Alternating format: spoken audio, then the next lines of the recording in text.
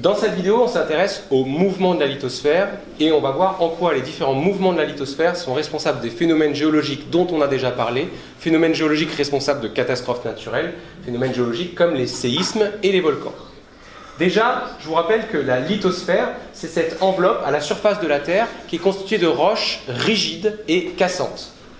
Sous la lithosphère, on a également des roches du manteau qui, elles, sont moins rigides, on dit qu'elles sont ductiles, elles ne sont pas cassantes, c'est-à-dire que lorsqu'elles sont soumises à une déformation, elles ne cassent pas, mais elles se déforment, et donc elles vont pouvoir être le lieu de mouvement de matière, et donc les roches peuvent se déplacer dans la sténosphère sans casser, et ces déplacements, c'est des déplacements qui sont très lents, de quelques centimètres par an seulement, mais c'est quand même des déplacements de roches qui vont provoquer des mouvements à la surface, des mouvements de la lithosphère.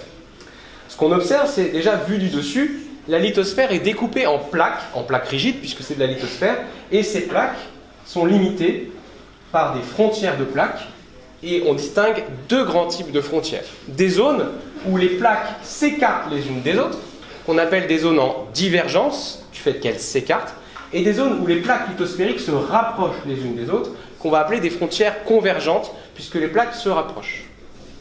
Donc, au niveau des frontières divergentes, on a des mouvements de la sténosphère qui remontent et qui vont provoquer des mouvements des plaques en surface, qui vont s'écarter. Ce sont des zones qu'on appelle dorsales. Au niveau de ces dorsales, les plaques s'écartent. Il y a des séismes, puisque ce mouvement provoque des ruptures de la lithosphère. Et en plus des séismes, on y observe, au niveau des dorsales, des volcans effusifs, c'est-à-dire des volcans où le magma est peu visqueux, il s'écoule facilement, et il va être responsable de grandes coulées de lave qui vont s'étendre sur plusieurs kilomètres.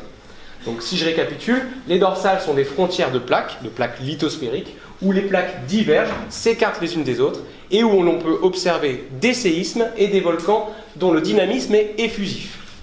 Maintenant, si on s'intéresse aux frontières de plaques convergentes, on a des zones où une plaque lithosphérique plonge sous une autre. Ces zones sont appelées des zones de subduction. Dans ces zones de subduction, du fait que la plaque plonge, on a bien un rapprochement, donc une convergence.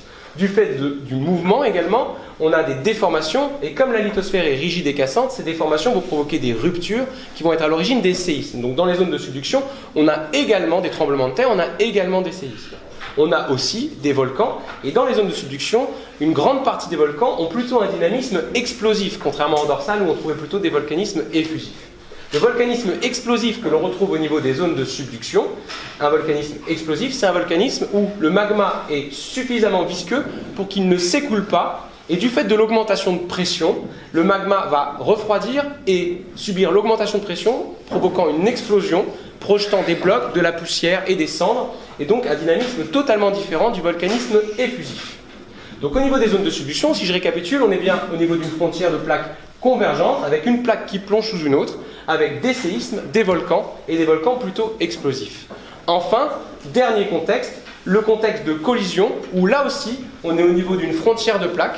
On a également des plaques lithosphériques qui se rapprochent, mais ici, contrairement à la subduction, il n'y a pas de plaques qui plongent très profondément. Ce sont des morceaux de lithosphère qui vont s'empiler les uns sur les autres, se chevaucher les uns les autres, provoquant un épaississement à l'origine des chaînes de montagnes qu'on observe dans les zones de collision, comme l'Himalaya. On a donc des mouvements qui provoquent des déformations de la lithosphère.